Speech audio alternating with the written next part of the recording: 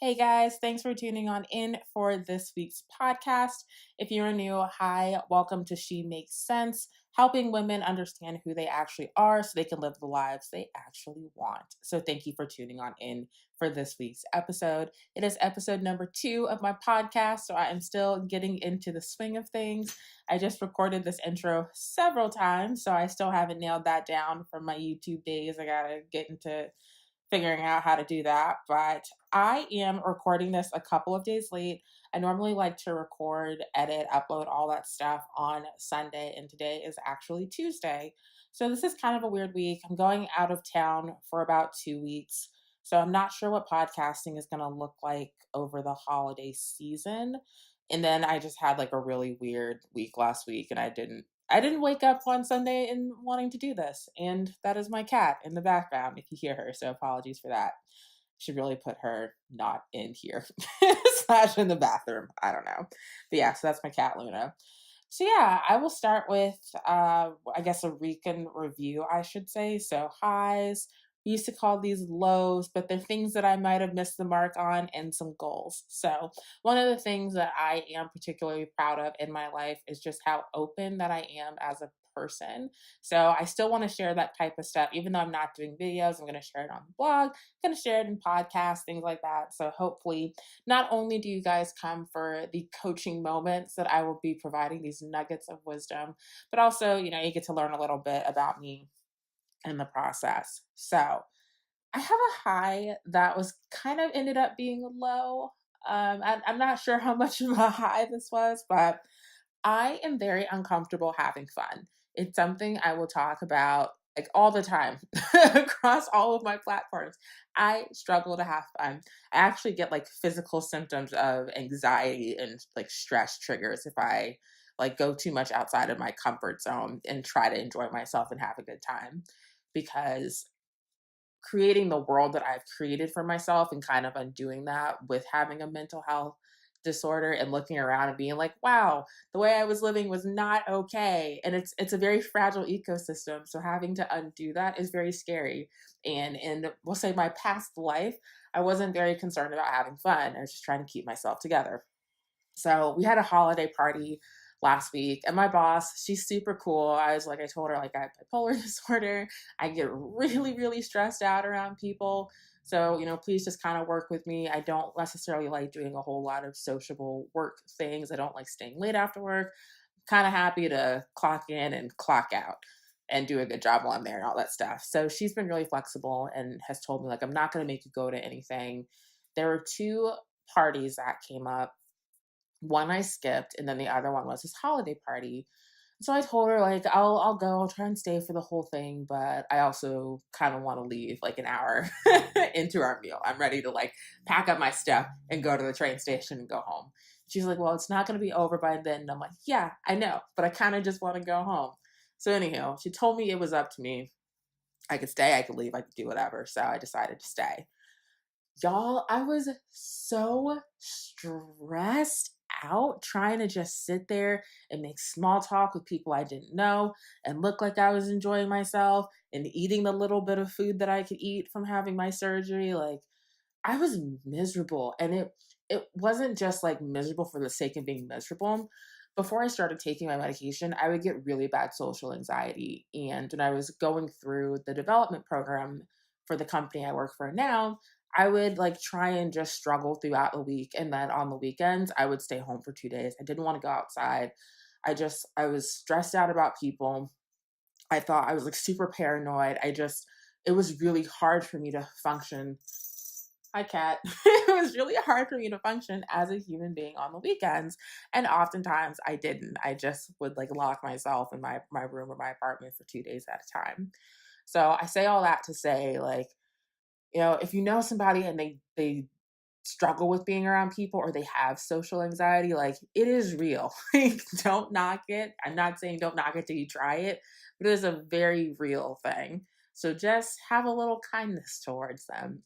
And having to sit there with all those people just kind of brought all that back. Like I was getting physical symptoms of stress and anxiety, I almost wanted to like throw up at the table, just trying to sit there and be like everyone else. They were genuinely enjoying each other's company and cracking jokes, and we did like a white elephant thing, and I was so stressed out.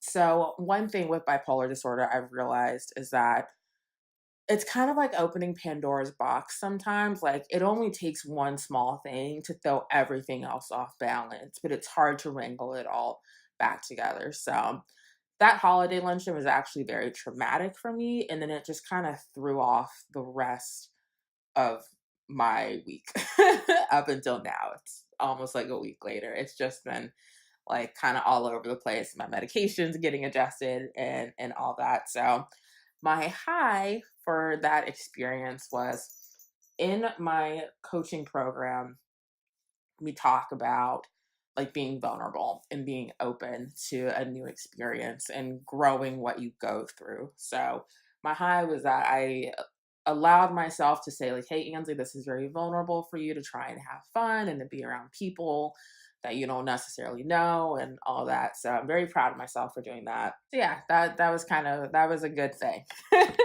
The aftermath of it was not great. It felt like crap for a few days, but that was a good thing. And then two other things. So I got an email about someone that wants to possibly, I'll say, be on my podcast. So that's really exciting. Trying to get out there. We'll talk about this in like the business segment, but there's just so many things to wrap your arms around. And with podcasting, it's totally new. And, you want to increase your exposure and network and mix and mingle with people. And, podcasting could be its own revenue stream, thinking down the line with like advertisements and sponsors and stuff like that. But it's just kind of cool that someone noticed my one episode that's out there on the internet and the universe and was like, hey, I want to jump in on that. So I haven't heard back from her. So, hey, you, if you're listening, if you still want to be in my podcast, it is wide open. So that was the second thing that happened. And then I am trying to be nicer to myself. So I've been doing this thing where I wake up at 4 in the morning every morning, and it's kind of horrible. Trying to be nicer to myself and say, like, hey, you don't always have to do that. Make sure you get enough sleep. If you're working and you need to take a break, take a break. Just trying to be nicer to myself. And it's hard work. I will say, these past couple of days, I'm pretty sure I've been depressed and have not wanted to do anything, but I'm still allowing myself to have a space for my depression because it's a part of who I am as a person. So those are my good things for the week. Things that I kind of missed the mark on, formerly known as lows. I didn't like that term anymore, so we're going to change it. So I have not been going to the gym and I've been eating like garbage for the better part of a week. I'm not proud of it. It's not good. Not a good thing, but it is what it is. And now that I have my accountability calendar where I give myself stars for doing certain things, I can see there's about a week's worth of time where all I did was take my medication. Didn't shower all that much, didn't do my hair like at all, didn't go to the gym not one bit. So it's reality. I'm trying to be nice to myself about it. But that week on my accountability calendar looks pretty sad. It's pretty wide open with no improvement. And then I think last week I said I was gonna have my website done. It's not, y'all. It's not done. So I kind of missed the mark on that from a goal standpoint. So goals for this week or this next couple of weeks, depending on how podcasting goes, I'm going to try and be nicer to myself. I'm going to actively work my way through this depressive state. Like, it's not so bad where I'm stuck in bed and don't want to get out and do anything. But then that also creates this weird little loophole where it's like, I'm depressed, so I'm going to try and get away with a whole bunch of stuff that isn't good for me, like eating like trash and not going to the gym and being hard on myself. And if you have never had a mental illness or have never really dealt with a lot of stress or depression or anxiety in your life, you can kind of play these mental mind games with yourself once you have enough self awareness about which, depression is on a spectrum. So, kind of which state you're in, you can kind of play these mind games and rationalize stuff that you shouldn't be rationalizing. So, I'm not going to do that. I realized today that I do not feel good. I'm probably having one of my mood swings. It's been happening for a couple of days. And I'm going to proactively not let myself get away with some of the things that I used to, like not going to the gym and eating like an actual garbage can. So I'm going to work on that. over the next couple of weeks, especially with traveling and not having access to my normal routine.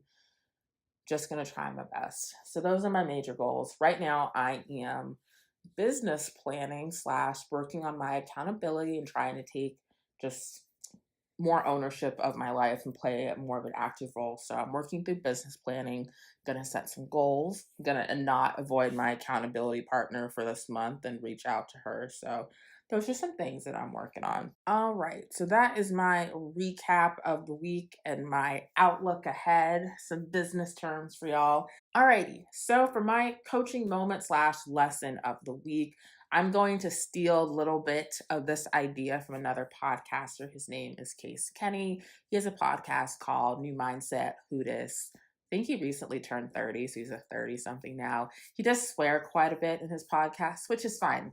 I swear. I don't swear on my podcast, but I do swear in real life, and I'm working on it. But hey, I still do it. So that's just kind of a warning. If you're not really into hearing swear words, then you might not enjoy his podcast overall, but the message is really good. So I would ask you to look past it.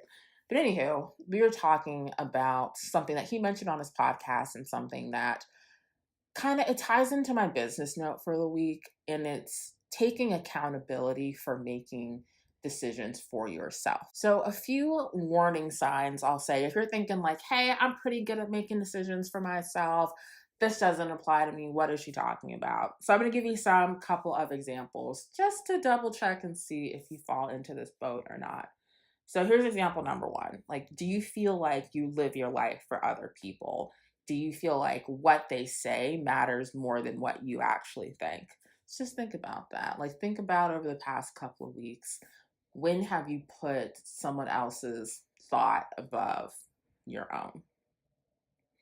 When you were growing up, did you feel like the opinions that you had maybe didn't carry as much weight in your household, or you felt like, you wanted to raise your hand, but you thought like whatever you were going to say was really silly. So you just kind of sit back, you wouldn't say anything, let the other kids answer. Or like, do you feel like you're reluctant to speak up at work now? Like you've got something to contribute, you've got a seat at the table, but you don't feel that way, right? So you don't say anything and you let someone else maybe get your team down the wrong path for a little bit. And if you just raise your hand, maybe your team could be, spending less time or energy not focused on the task at hand or just not doing what's best for the client or your project, etc. And these are just a couple of examples, right? So, I mean, the list goes on and on. Like if you're dating someone, right, and they always get to pick where you guys eat, but you're like, hey, I really want to get Mexican food tonight, and you don't say anything because they're just going to want to get Chinese food. It could be something where you're watching your kids and you notice that one of your children is more dominant than the other. So you see that as, child B grows up over time. I don't know. We'll just, yeah, child A, child B, whatever. So you see that as child B grows up over time, they become quieter, and you see child A starts to shine a little bit more. And maybe it's something that you could have stepped in and intervened on, right? But now you've seen your kids grow up, they're adults, and those habits still persist. Or maybe whenever you do want to say something, you just kind of talk yourself out of it. You're like, no one really cares what I think. I'll just go with whatever the next person says. Or, and my final example is this: have you ever had an opinion on something, went to someone else, asked them for their opinion that was completely different, tried out whatever nonsense they had to say, and then realized your idea was just way better and you should have gone with that? These are all good indicators that you might be living for the decisions of other people, or you might be valuing your opinion less than the opinions of other people, which typically, if that is the case, you're probably not making decisions that are from you, that are what you actually want to do, or that probably aren't the best thing for you. So if you take a step back and you look at your life, out of the hundreds of decisions that you have to make in a day, how often do you go back and say, man, I wish I would have done that differently? Or why did I listen to that person? Or, you know what, I had a really good idea. Like, why didn't I just stick with that? These are all really good indicators that you're living your life for someone else. And it might not be your whole life, but it might be that decision or that 5 minutes out of the day or during that hour-long meeting that you were taking someone's opinion over yourself. Part of enjoying life and being present and being active is going through the very scary, very vulnerable experience of saying, my opinion matters, it's good enough, and it's the one I'm going to go with. I mean, that's what my whole coaching business, She Makes Sense, is about. It's something that I have struggled with from, I can tell you, from childhood on. I'm 25. It's been with me, we'll say 20 of those years. Maybe from like 0 to 5, things are cool, right? But for most of my life, definitely since I was a teenager on, I have struggled with making my own decisions and not looking to 8 other people before I decide something. Or if I decide something, being like, nope, that's good enough. I'm not going to change this 800 more times. Like, what I said is going to go. And it can be a big decision, it can be a small decision, but I think it's one of those things where it can be a big decision, it can be a small decision, but it should, at the end of the day, it's a decision and it's something that you still want to try and make for yourself. So, having said that, I'm going to give a more concrete example with my business note that I wanted to talk about. So, I have started to rethink whether or not I really want to go after individual, like one-on-one and group coaching clients to start. Every time I get on a free webinar or look at a blog post or an Instagram ad, that's what it's all about. Getting these one-on-one high paying clients, getting these group coaching sessions together so they're more scalable, all this one-on-one interaction. And I think it's great. And it's something I want to do over the next couple of years, but everything I see is talking about doing this right now, today. If you don't start with this, then your business is going to fail type stuff. It's very heavy on the marketing. And recently, I've just been thinking to myself, like all along, yes, I want to help women one on one, but I also want something that's really scalable, given that I'm not sure if I'm going to be able to, quit my job and work on this full time for the next year and a half, 2 years, at least a year. So I want something that's scalable, something that works with my schedule, with my life, the fact that I have another job, and I don't want my financial success to be tied to just getting that one big client and then trying to keep them month after month. I want something that I can just kind of set it and forget it. You build a course, you don't really have to brush it up for another year. You build some download, templates. They sit out there on the internet. You don't really have to worry about them. I want to make resourcing that is helpful, positive, and beneficial, but on my terms, and it's scalable, and I don't have to worry about shifting around my whole schedule to work with a handful of people. Not when I have a whole other job I have to get up and go to every single day. And so I really struggle with that. And I think I have wasted, like, seriously, a lot of time trying to go down this path that I didn't think was for me and do, all right, one on one group coaching. I got to get my certification, do all this studying, read these books, try and track down these people to be my clients. And that's what I'm supposed to do. And it just hasn't felt good. It's felt really empty. And I'm trying to force a circle into like a square hole. And I realized after honestly listening to this podcast, it just kind of it convinced me that, like, that's not what I want to do, and that's totally fine. All of these innovative great companies didn't start out because someone said, hey, I want to copy the next thing that someone else is doing. They decided to do things that were totally different and unique. And I'm not saying that the way I want to go about my business has like never been done before. No, not that. I just don't think it's the typical way that people start coaching businesses. But if I look back, like I wasted a lot of mental time and energy and research time that I spent on the internet trying to do something that ultimately didn't suit me. And I can't get that time back. I can only move forward and I can only learn. But I say that to say is like, that is my one example from this week. I can look back, oh man, just even throughout the past week and think about all the times where I'm like, I just did that because someone else said that it was a good idea. And I actually had a really good idea. Maybe I should have tried doing that instead.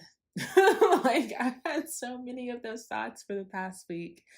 But when you start to adopt that mindset, you start to take a back seat to the life that you're living. And it's not proactive. It's, when someone gives you a good idea, think about this. When they give you a good idea, you don't know all the other stuff that's going on in their head. So they've basically handed you like a dog without any of the responsibility. The dog looks great and it's super cute and it's going to be your best buddy, but there's also a lot of responsibility. There's potential fallout that could come from that. Like, what if the dog gets sick? What if it doesn't like the cat that's in the house? Like, you have the dog now, so you have to deal with it. And that's kind of what it's like when people are giving you ideas. I love dogs, by the way. I'm not saying that dogs are bad. But when someone gives you an idea, they do so without having to take over any of the ownership or responsibility of it. It's they hand it off to you and it's yours to deal with. And you often don't get that backstory, you don't get the rationale, you don't get all of the other factors they consider before handing over that idea. You just get the final product. And you can't live your life around that. You like, the backstory is good, the context is helpful, you going through the process of weighing your options and deciding things that are going to be better and considering alternatives. You need all of that when you're making a decision, because that's where your confidence comes from, that's where your ability to stand by what it is that you're deciding comes from. So think about when there's been a time where you've made a decision for yourself versus when you let someone make the decision for you. You're probably way less confident in the decision that you felt like was being made for you. And actually, I shouldn't say that. No one can really make you feel anything. It's whether you take ownership of kind of what's happened to you. So I can't make you feel some type of way. You have to decide that you want to feel that way. So let's be honest, like, you actively chose to take that person's advice over your own, and now you have to deal with the repercussions. But in any case, when that has happened, you probably don't feel as good about that decision. You don't feel as confident. If someone wanted you to explain the rationale behind that choice, you can't really say anything because it wasn't your thinking to begin with. So take that and contrast it to a time where you had an idea that you were, it was your own. It was your own original thinking. You probably felt confident. You probably felt really proud of it. You could sit there and defend it all day long. Like, that's your ride or die. Whatever that decision was, like, you're behind it 100%. Even if it doesn't work out, you're able to take ownership of it because it was your own. You can't really take ownership of something that someone else tells you. That's kind of tricky, and most people aren't inclined to do that. It's a lot of extra responsibility for no reason. So this is the topic that I wanted to talk about. I'm just going to cut it off right here because I could talk about this for a while. I mean, this is the topic that I just wanted to put a bug in your ear to think about. Think back to the last day, the last week. How many times have you valued someone else's opinion over your own? There's a freedom that comes from being able to stand by the decisions that you make. Not all of your decisions are going to be good. I don't think anyone's saying that.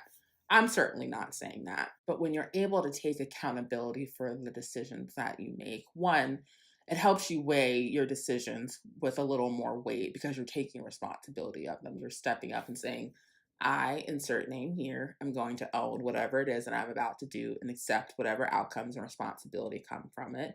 So it makes it more serious. It gives it more meaning. Two, you're able to really enjoy the process of stepping into your life and being proactive when you're owning the decisions that you decide to make. The other thing it does is it increases accountability within your own life, and that is something that I will talk about time and time again. I think that's the root of my problem is accountability. I have a hard time holding myself accountable to things because I am able to find loopholes and talk myself out of things, and I'm able to just kind of put off responsibility to something else and to blame something else and project it outside of myself.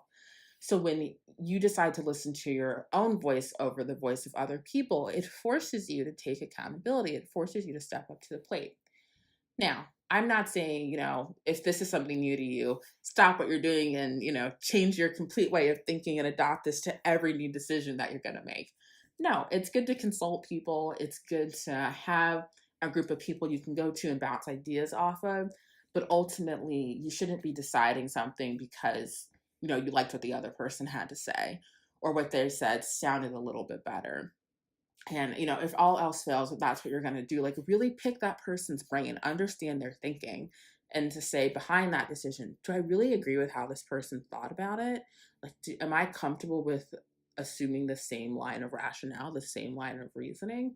And if you can say yes to that and you truly feel like their suggestion has better merits over your own, then fine. But do a whole lot of soul searching before you get to that. So yes, taking your opinion over the opinion of other people. It helps you play a proactive role in your life. It increases your accountability. And it also really helps you discover who you are as a person. You will find out a lot about what you like, what you don't like, what you can and cannot stand when you are the one deciding things for yourself instead of letting things just happen to you and wash all over you. So that is my coaching moment.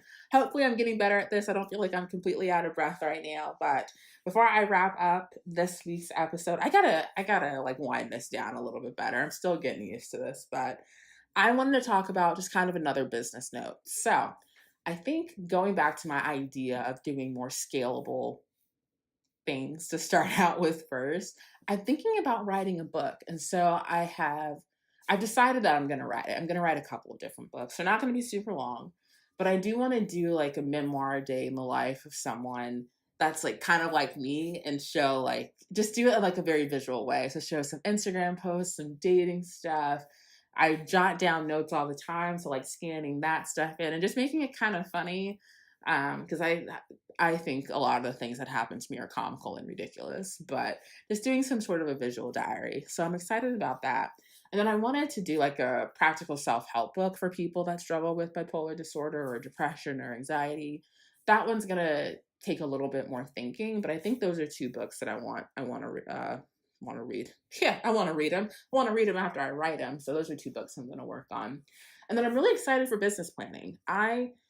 This accountability calendar is not working out the way I wanted it to because I'm not taking responsibility for it. But I think a combination of stepping up to the plate with that and my business planning will be good. So I'm going to schedule a call with my accountability partner for this month and kind of talk to her about her experience starting a business as well as bounce some ideas off of her for my business planning and stuff like that. So far I'm feeling a lot better. When you have goals, it makes doing the work a lot easier because I've just felt so aimless. I've had the passion and the energy and the drive to work on this stuff, but that will only get you so far. And I think I reached my breaking point with that because I was just kind of aimlessly wandering around without a goal. And that's a terrible way to live. So that is it for this week. I'm not sure when my next podcast is going up because it's the holidays. So if I don't talk to you guys before then, happy holidays. I hope you have a great new year.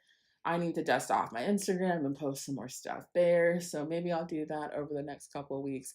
I'm not into Instagram. I've fully accepted that about myself. And every time I take a break, I come back from that break and do a little less. So I gotta work on my Instagram skills, but check that out if you want to see a little bit more of my life because I will try and post there more consistently. All right, guys, that is it for this week. So take care, have a great holiday, and I'll talk to you guys later. Bye.